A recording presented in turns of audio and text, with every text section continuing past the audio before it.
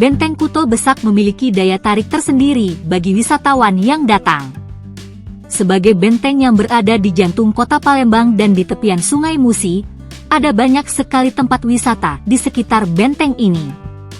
Wisata yang paling mengasyikkan adalah menyusuri Sungai Musi menggunakan perahu yang tersedia.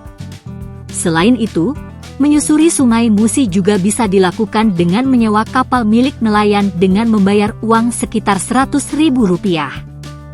Pengunjung juga bisa menikmati keindahan Jembatan Ampera dari kawasan BKB. Selain itu, BKB juga menyediakan tempat berbuka puasa yang unik berada di atas kapal. Restoran ini kerap disapa warpung atau warung terapung. Hadirnya Tugu Iwak Belido di kawasan BKB sejak 2017 menambah keindahan landmark satu ini.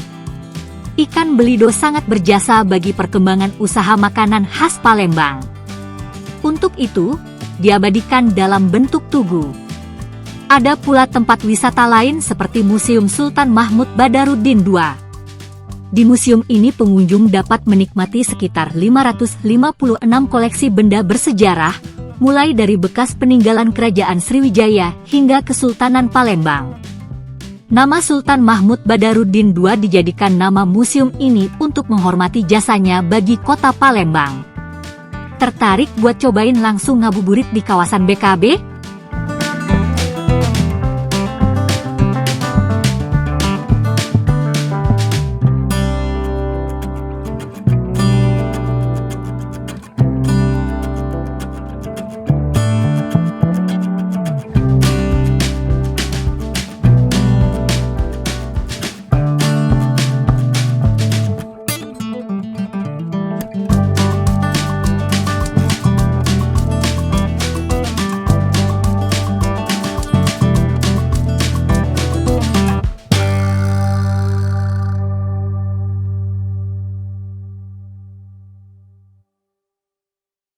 Download Tribun X sekarang, menghadirkan lokal menjadi Indonesia.